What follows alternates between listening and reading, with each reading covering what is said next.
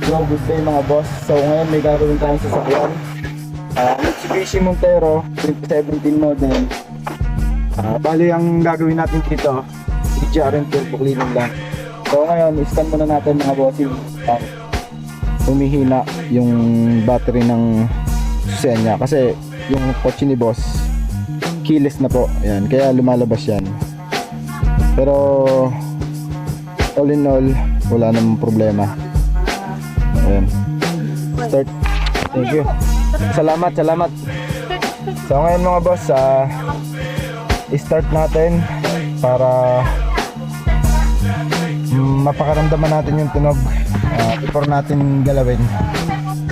Start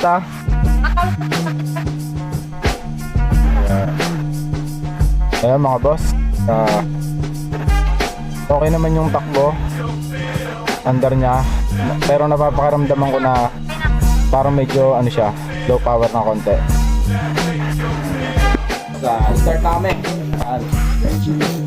Baklasa na mga bossing. Ayan mga bossing, napakadumi po ang tubo sa intake. Ayan. Napakadumi bossing. Ayan. Mamaya full load din to. Ayan, itong EGR. Ayan.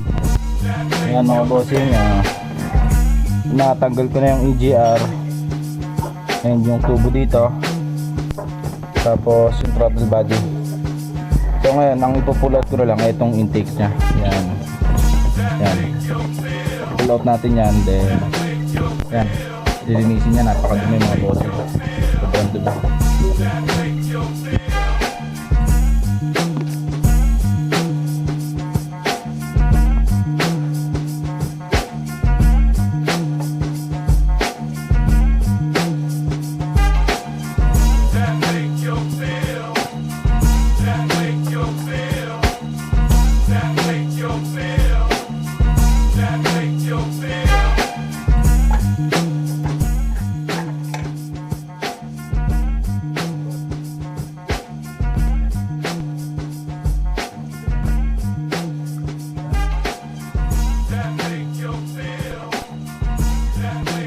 So yun mga bossing, tapos na kami maglinis ng EGR and turbo.